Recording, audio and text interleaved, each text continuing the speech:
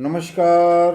मैं आपका ज्योतिषी मोहन जी नक्षत्रवाणी चैनल से माँ तारा को प्रणाम करते हुए, अपने गुरु को प्रणाम करते हुए आप सबों का बहुत बहुत नमन। आज का विषय है रत्न स्टोन। रेमेडीज में सबसे ज़्यादा प्रचलन स्टोन का है। जिस भी ज्योतिषी के पास जाइए कोई ना कोई स्टोन आपको लिख ही देंगे। तो स्टोन का प्रचलन, स्टोन पहनने का, रत्न पहनने का प्रचलन बहुत ज़्यादा है। लोग कहते भी हैं कि कोई रत्न लिख दीजिए हमको। तो किस लग्न वाले के लिए कौन सा रत्न जरूरी है, आज सबसे पहले हम माणिक की चर्चा करेंगे, जिसको इंग्लिश में हम रूबी भी कहते हैं। माणिक रत्न किस लग्न वाले को पहनना चाहिए, किसको नहीं पहनना चाहिए। तो चलिए इस विषय पर वीडियो शुरू करते हैं।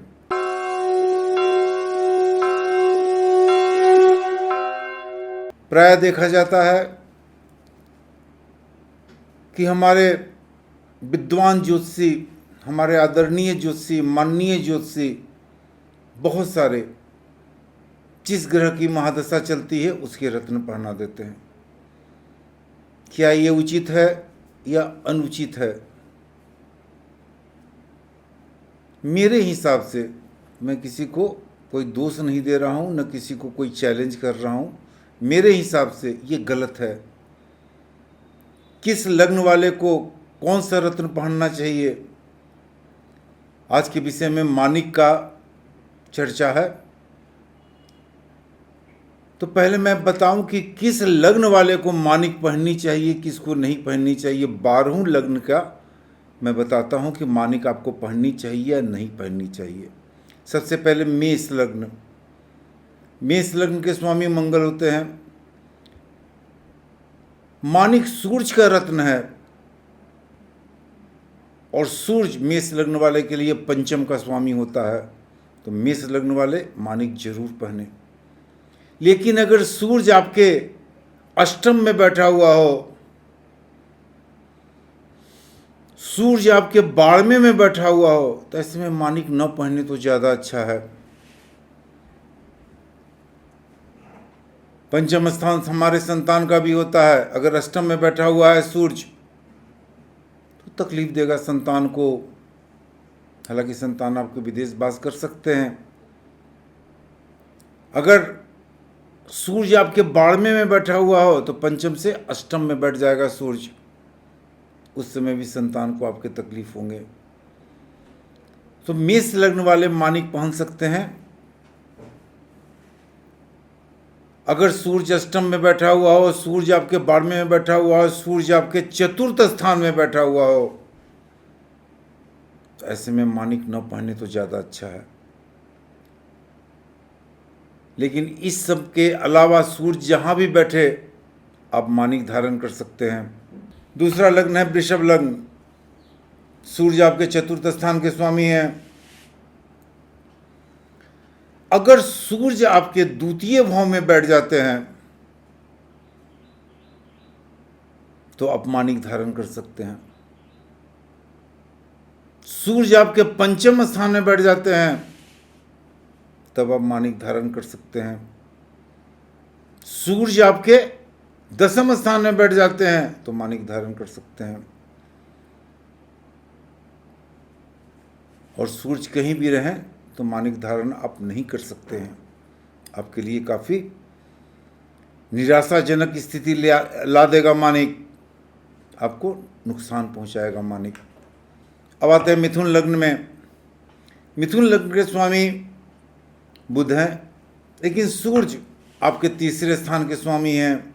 माणिक सूर्य के लिए पहना जाता है।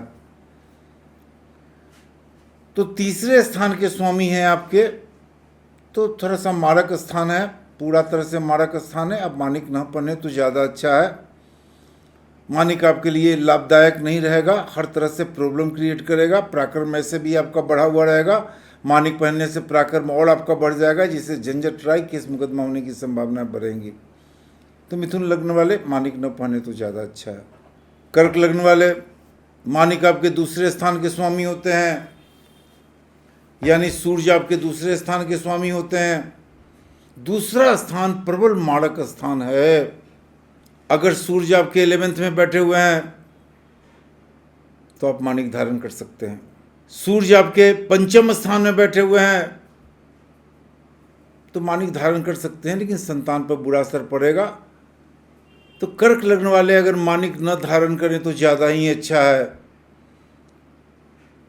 क्योंकि सूर्य दूसरे स्थान के स्वामी हैं। अगर 11वें में बैठते हैं तो दूसरा और एक आय भाव, धन भाव और आय भाव का मिलन होता है। धन भाव आय भाव का एक दूसरे से रिश्ता बनता है, तो आप मानिक धारण कर सकते हैं।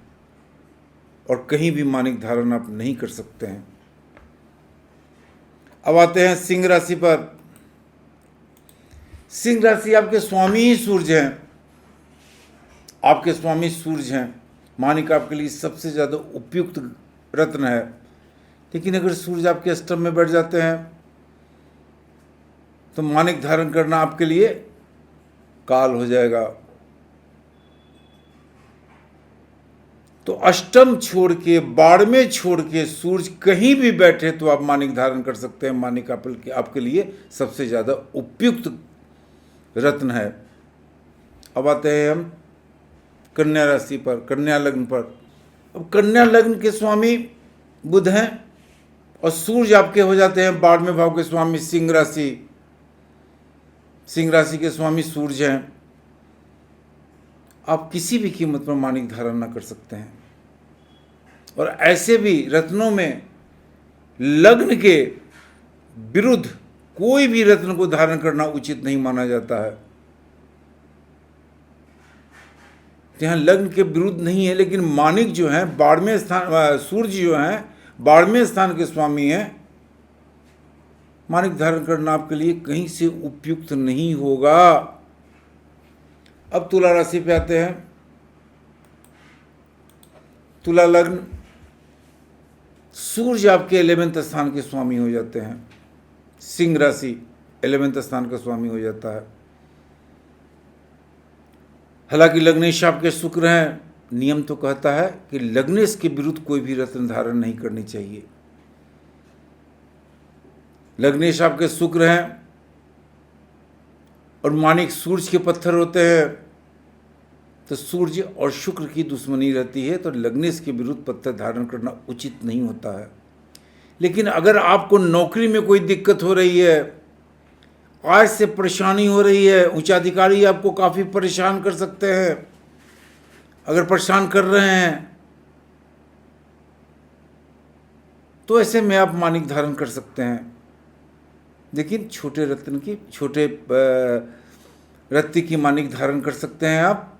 इस समय मानिक आपको आय में लाभ देगा, संतान में भी लाभ दे सकता है। लेकिन आपके लग्न के विरुद्ध पत्थर हो जाता है। लेकिन सूर्य अगर 11वें में बैठा हुआ है, अपने घर में बैठा हुआ है, तो आप मानिक धारण कर सकते हैं। अब हम वृश्चिक लग्न पे आते हैं। वृश्चिक लग्न के स्वामी मंगल हैं और सूर्य और मंगल एक दूसरे के मित्र हैं। सिंह राशि आपके 10वें स्थान की राशि होते हैं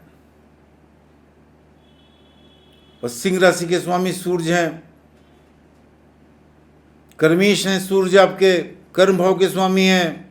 आप मानिक धारण कर सकते हैं, बहुत आसानी से मानिक धारण कर सकते हैं। लेकिन अगर सूर्य 12वें में बैठे हुए हो तो आप मानिक धारण ना करें तो ज़्यादा अच्छा है। सूर्य अगर आपके अष्टम में बैठे हुए हों तो मानिक धारण करना अच्छा नहीं है। सूर्य आपके सप्तम में बैठे हुए हो तो मानिक धारण करना अच्छा नहीं है। जीवन साथी से काफ़ी तनाव की स्थिति पैदा कर देगा। अगर सूर्य दशम में ही बैठे हुए हों, सूर्य लग्न में बैठे हुए हों, हालांकि लग्न में भी सूर्य बैठेंगे तो सप्तम दृष्टि से आपके सप्तम स्थान को देखेंगे, उसमें भी दाम्पत्य जीवन बिगड़ सकता है। तो सूर्य अगर आपके दशम में बैठे हुए हैं, 11वें में बैठे हुए हों, तो आप आसानी से माणिक धारण करेंगे। लेकिन सूर्य अगर नवम भाव में बैठे हुए हों तो आप माणिक धारण न करें तो ज़्यादा अच्छा है। सूर्य अगर पंचम में बैठे हुए हों वृश्चिक राशि वाले तो आप माणिक धारण कर सकते हैं। अब आते हैं धनु लग्न पर कि धनु लग्न के स्वामी बृहस्पति देव होते हैं और बृहस्पति देव और सूर्य एक दूसरे के मित्र हैं।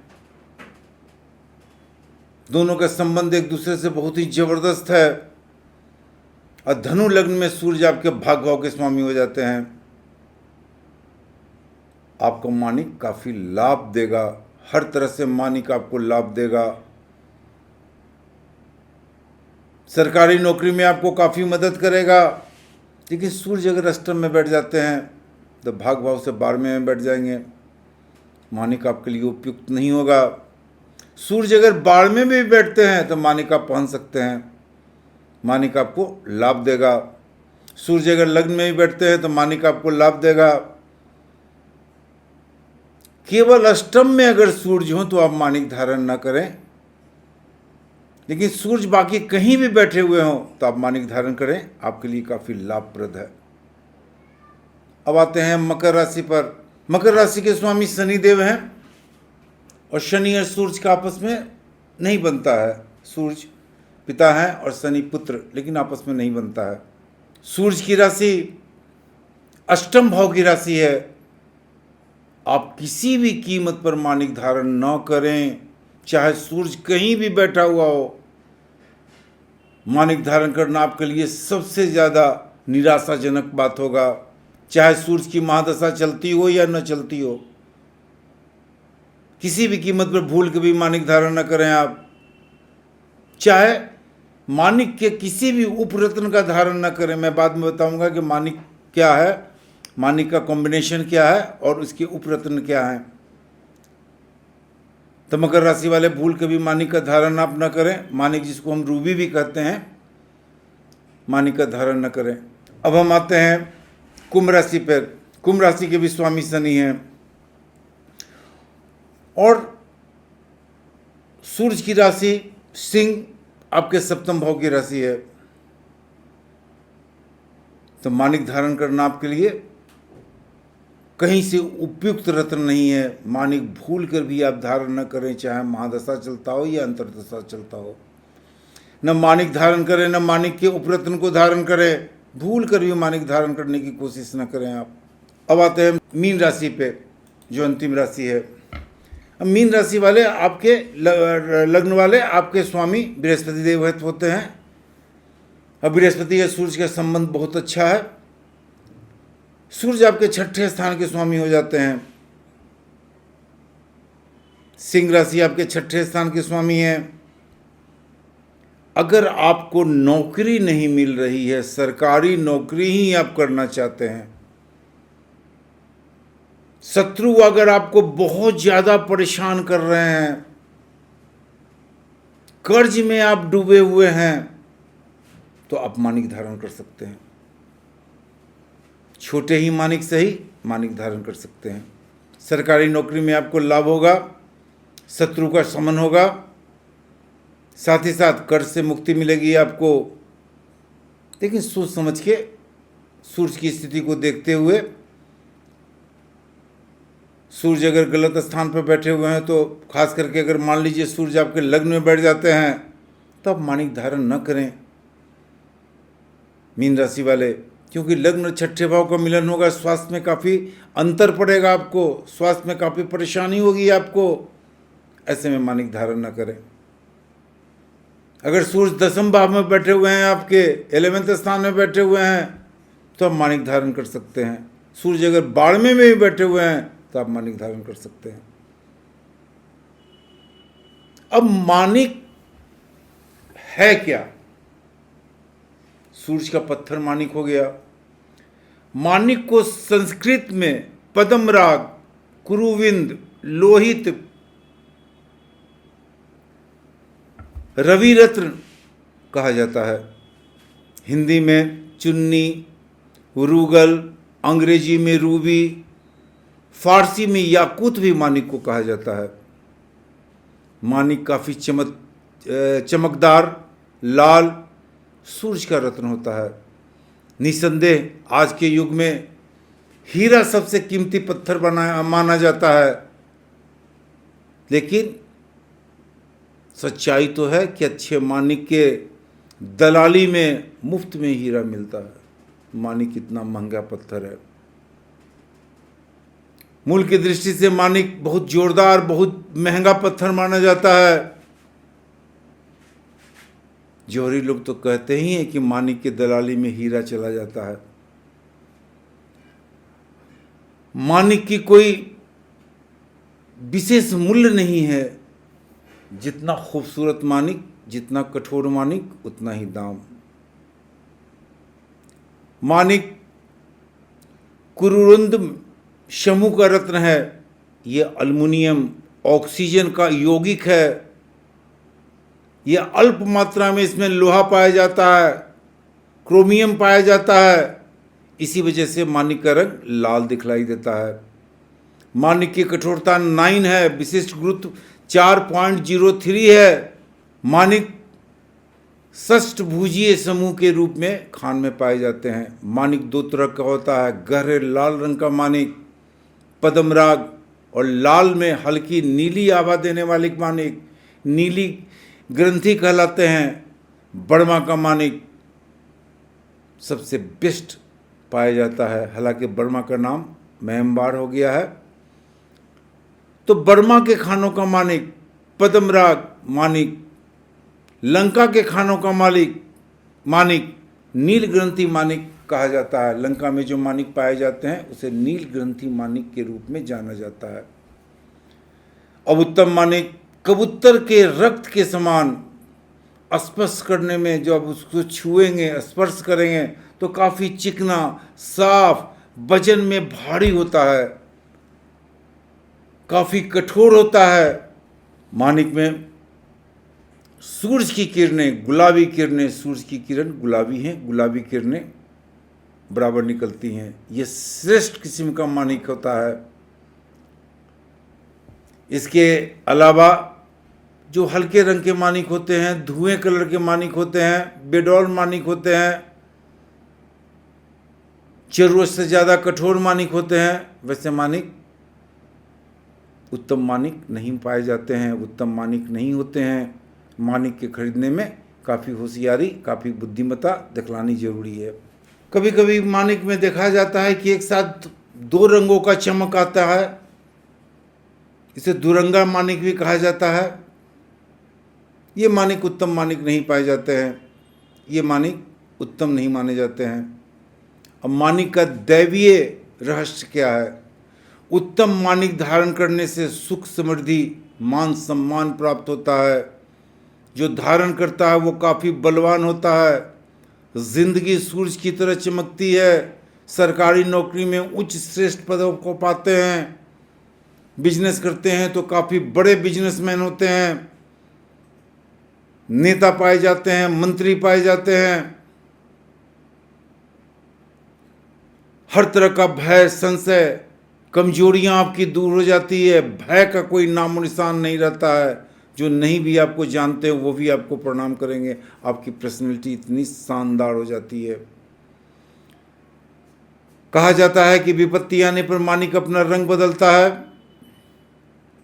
ये प्रायः देखने में आता है। इसके अतिरिक्त माणिक हृदय रोगों को, टीबी के रोगों को, और इसके अतिरिक्त जो नपुंसक हैं उनके रोगों को भी माणिक दूर करता है। हृदय रोगों को माणिक दूर करता है, क्षय रोगों को दूर करता है, यानी टीबी को दूर करता है, शत्रुओं से आपकी रक्षा करता है, और नौकरी में काफ़ी प्रमोशन देता है। शत्रु आपसे दूर भागेंगे, पूर्ण रूप से आपसे दूर भागेंगे। तो माणिक में बहुत सारी विशेषताएं हैं। अब माणिक के उपरत्न कौन सा है? माणिक के उपरत्न, माणिक काफ़ी महंगा पत्थर है तो लोग उपरत्न को भी धारण करते हैं, उससे भी लाभ होता है। लेकिन माणिक इतना लाभ नहीं होता है, लेकिन फिर भी लाभ होते हैं उपरत्न से भी। तो स्पाइनल रूबी भी आप पहन सकते हैं, जो बिल्कुल माणिक की तरह दिखता है। कठोरता में कमी होती है, माणिक की तरह वो कोमल टाइप का नहीं होता है। स्पर्श करने में आपको पता चल जाएगा कि ये रूबी है या स्पाइनल रूबी है। गार्नेट, गार्नेट भी सूर्य का पत्थर पाया जाता है। गार्नेट भी सूर्य के पत्थर के रूप में प्रयोग होता है उपरत्न में, इसको भी आप धारण कर सकते हैं। स्टार रूबी, जिसको मैसूरी भी कहते हैं, स्टार रूबी, ये भी उपरत्न है माणिक का। साथ ही साथ सूर्यकांत, जस्पर, ये भी माणिक के उपरत्न माने जाते हैं। माणिक की जगह इसे भी आप धारण कर सकते हैं, ये भी आपको लाभ देगा। आज का वीडियो इतना ही। सभी राशियों वाला को बता दिया मैंने कि माणिक किसे पहनना चाहिए, किसे नहीं पहनना चाहिए। कल के वीडियो में मैं पीला पुखराज के बारे में बताऊंगा आपको कि पीला पुखराज किन राशि वालों को, किन लग्न वालों को पहनना है, किन लग्न वालों को नहीं पहनना है।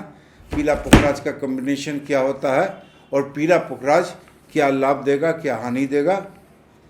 आज का वीडियो इतना ही। आप मेरे चैनल नक्षत्र वाणी को लाइक करें, शेयर करें, सब्सक्राइब करें। नमस्कार।